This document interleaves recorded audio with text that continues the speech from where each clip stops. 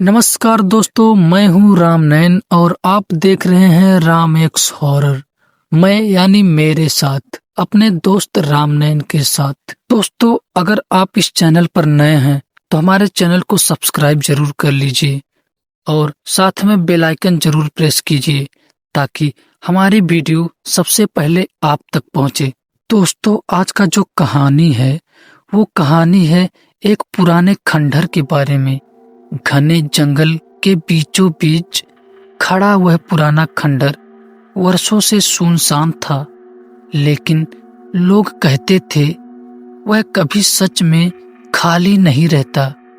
एक रात दो दोस्त जिज्ञासा में वहां पहुंचे और जो उन्होंने भीतर देखा उसने उनकी जिंदगी और पहचान दोनों बदल दी।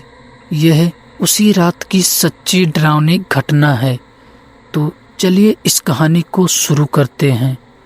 उस रात हवा में अजीब सी नमी थी, जैसे किसी ने सदियों पुरानी सीलन को खोलकर पुराने जंगल में छोड़ दिया हो।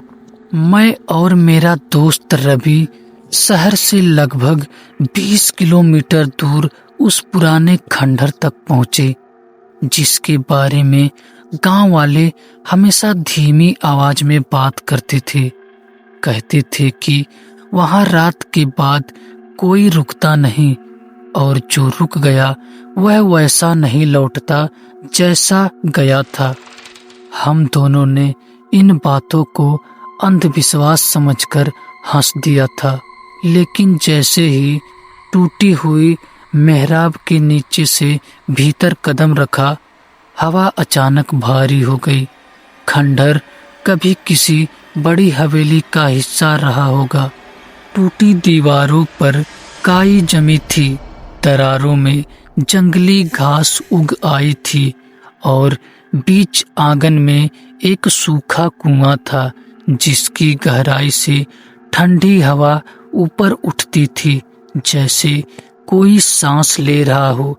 रवि ने मजाक में कहा, यहाँ तो शूटिंग हो सकती है, पर उसकी आवाज में भी हल्की घबराहट घुली हुई थी। तभी हमें पहली अजीब बात महसूस हुई। हमारे कदमों की आवाज के साथ एक और हल्की चाल चलने की ध्वनि आ रही थी, जैसे कोई तीसरा व्यक्ति हमारे साथ चल रहा हो। हम रुकते तो वह भी रुक जाती, हम चलते तो वह भी चलने लगती। मैंने पीछे मुड़कर देखा, अंधेरा था, पर ऐसा अंधेरा जो खाली नहीं था, जैसे कोई चीज बस दिखने में थोड़ा पहले रुक जाती हो।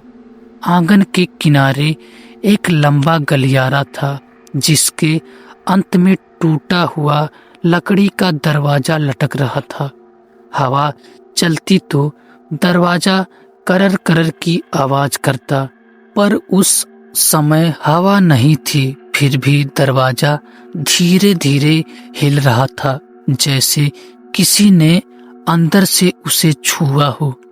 हम दोनों अनायास ही उस ओर खींचते चले गए। गलियारे की दीवारें पर पुरानी उखड़ी हुई पुताई के बीच कुछ खरोंचे थी, सीधी, गहरी और इंसानी नाखूनों से कहीं ज्यादा चौड़ी। रवि ने टार्च की रोशनी उन खरोंचों पर डाली और उसी क्षण टार्च की रोशनी कांपने लगी, जैसे बैटरी अचानक कमजोर हो गई हो। जबकि हमने नई बैटरी डाली थी, तभी कुएं की दिशा से हल्की सी फुसफुसाहट आई। कोई नाम पुकार रहा था, बहुत धीमी, बहुत करीब से। रवि। रवि का चेहरा पीला पड़ गया। उसने कहा, उसने भी सुना, पर आवाज मेरी नहीं थी। हम दोनों ने एक दूसरे को देखा और बिना बोले तय कर लिया कि वापस लौटना चाहिए। लेकिन जैसे ही मुड़े, गलियारे के प्रवेश पर हमें एक परछाई दिखी, मानो आकार की, पर अनुपात गलत, गर्दन थोड़ी ज्यादा लंबी, कंधे अस्वाभाविक रूप से ढीले और सबसे भयानक बात वह परछाई जमीन पर नहीं दीवार पर टिकी हुई थी, जबकि वहां कोई व्यक्ति खड़ा नहीं था।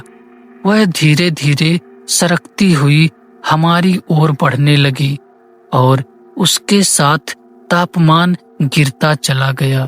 सांसों से भाप निकलने लगी, दिल की धड़कन कानों में गूंजने लगी। रवि ने घबराकर मेरा हाथ पकड़ लिया, पर उसकी पकड़ अचानक बर्फ जैसी ठंडी हो गई और उसने फुसफुसाकर कहा, मेरे पीछे कोई खड़ा है।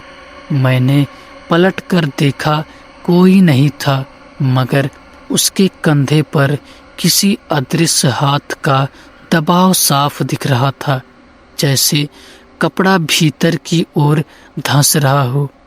उसी क्षण टूटा हुआ दरवाजा अपने आप बंद हो गया, जोर से नहीं, बहुत धीरे, जैसे किसी ने जानबूझकर उसे भीतर से बंद कर दिया हो।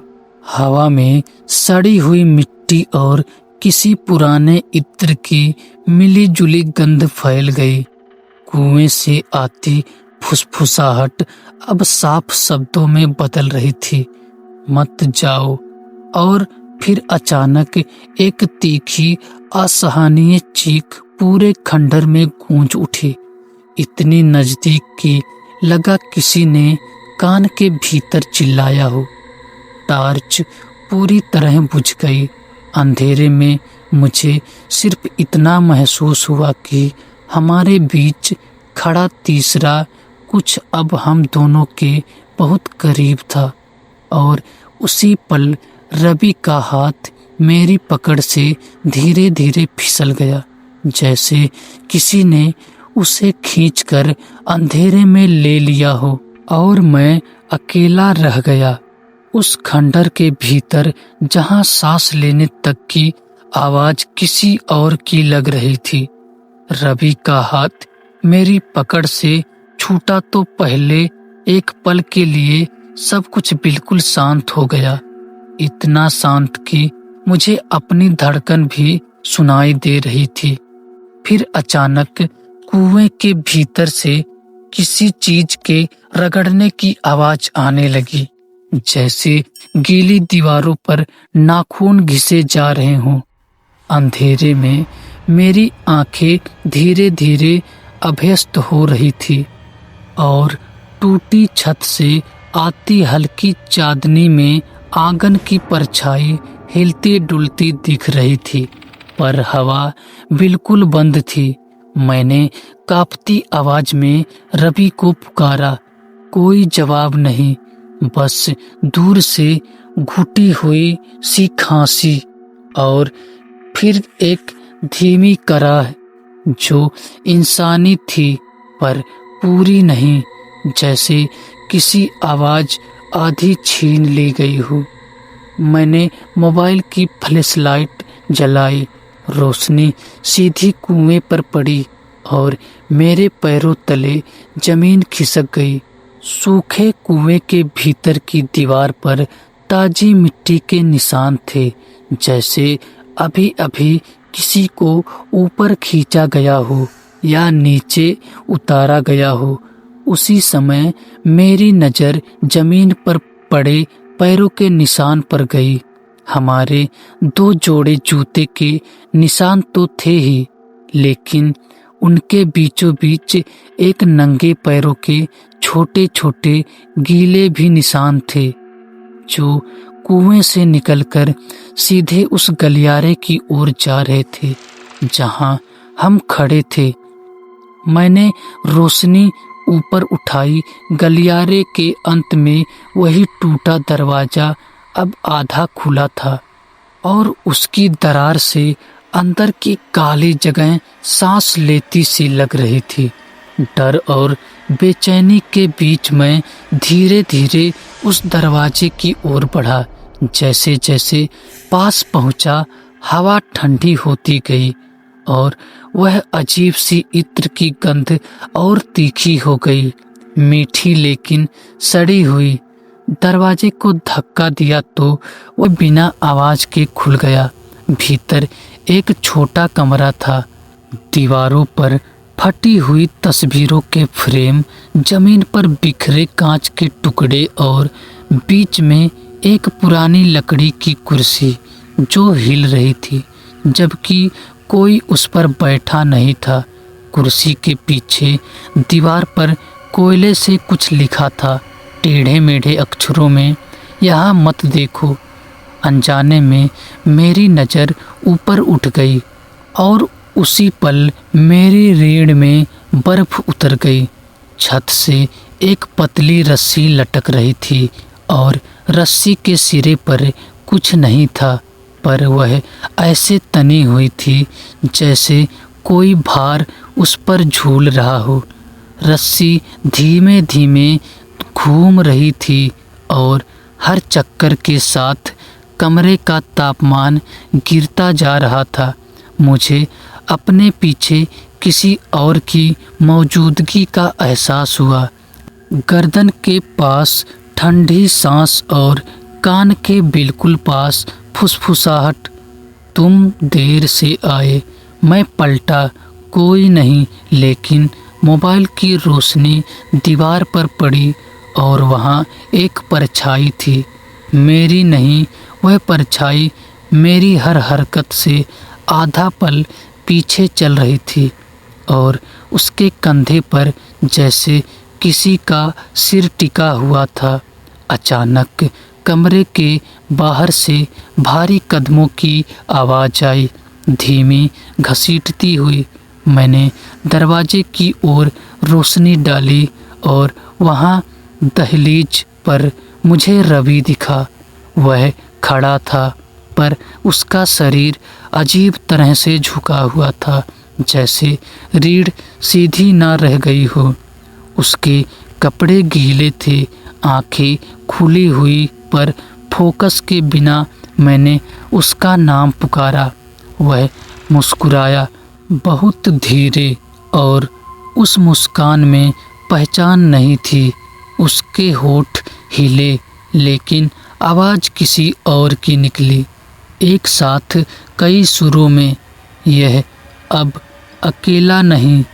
मैं पीछे हटने लगा, पर तभी मेरे पैरों के नीचे कांच चरमराया और मोबाइल की रोशनी झटके से बुझ गई। अंधेरे में किसी ने मेरा कंधा पकड़ लिया, जोर से, अस्वाभाविक ताकत से। मैंने छुड़ाने की कोशिश की, पर पकड़ और कसती गई। उसी अंधेरे में ठीक मेरे सामने दो हल्की सी चमकती आकृतियाँ उभरी, आंखें जो इंसानी नहीं थी, पर उनमें पहचान की झलक थी, जैसे वे मुझे पहले से जानते हों। और फिर वही फुसफुसाहट, अब बिल्कुल साफ। तीसरा पूरा हुआ। अगले ही पल जमीन के नीचे से कंपन उठा, जैसे शरीर खंडर के भीतर कुछ जाग गया हो। दीवारों की दरारों से ठंडी हवा नहीं, बल्कि बासी सांसें निकलने लगी। मैंने पूरी ताकत से खुद को छुड़ाया और दरवाजे की ओर भागा, लेकिन गलियारा अब पहले जैसा नहीं था। वह लंबा हो गया था, बहुत लंबा, और अंत में खड़ी वह परछाई अब अकेली नहीं थी। उनके बीच से गुजरते हुए मुझे साफ सुनाई दिया रवि की आवाज़, बहुत देर से, मुझे बाहर मत छोड़ना। और तभी मेरे पैरों के नीचे ज़मीन धंस गई और मैं सीधे उस सूखे कुएं की अंधेरी गहराई की ओर गिरने लगा, जहाँ से अब सांस लेने की नहीं, निगलने की आवाज़ आ रही थी। मैं गिर रहा था, पर अजीब बात यह थी कि गिरते समय हवा का झोंका नहीं लगा, बस चारों ओर गाढ़ा अंधेरा था जैसे किसी गीले कपड़े में लिपट कर नीचे खींचे जा रहा हूँ। अचानक मेरा शरीर किसी नरम ठंडी सतह से टकराया। दर्द नहीं हुआ, बस सिहरन पूरे शरीर में दौड़ गई। मैंने हाथ फैलाकर टटोलना चाहा। दीवारें मिट्टी की नहीं थी, चिकनी और नमी से भरी थी, जैसे किसी जीवित चीज के भीतर हूँ। ऊपर देखा तो कुएं का गोल मुंह बहुत दूर था और वह झुकी हुई कई परछाइयाँ मुझे देख रही थी। उनमें से एक आकृति अलग थी, झुकी हुई रीढ़, ढीले कंधे। रवि, उसने नीचे झांककर फुसफुसाया, अब तुम्हारी बारी। मेरे पैरों के पास कुछ हिला। मोबाइल की हल्की सी बची रोशनी में मैंने देखा कुएं की तली पर बिखरी चीजें हड्डियां नहीं थी, बल्कि पुरानी लकड़ी की गुड़िया थी। हर गुड़िया का चेहरा खुरचा हुआ और आँखों की जगह काले गड्ढे। जैसे ही मेरी उंगली एक गुड़िया से छुई, ऊपर से एक लंबी कराह गूंजी और कुएं की दीवारों पर उंगलियां जैसे निशान उभर आए, सैकड़ों एक साथ। फिर वही इत्र की सड़ी गंध फैल गई और मेरे कान के भीतर से किसी ने बहुत धीरे कहा, जो नीचे आता है ऊपर नहीं जाता, वह बदलता है। मुझे लगा कोई मेरे पीछे खड़ा है।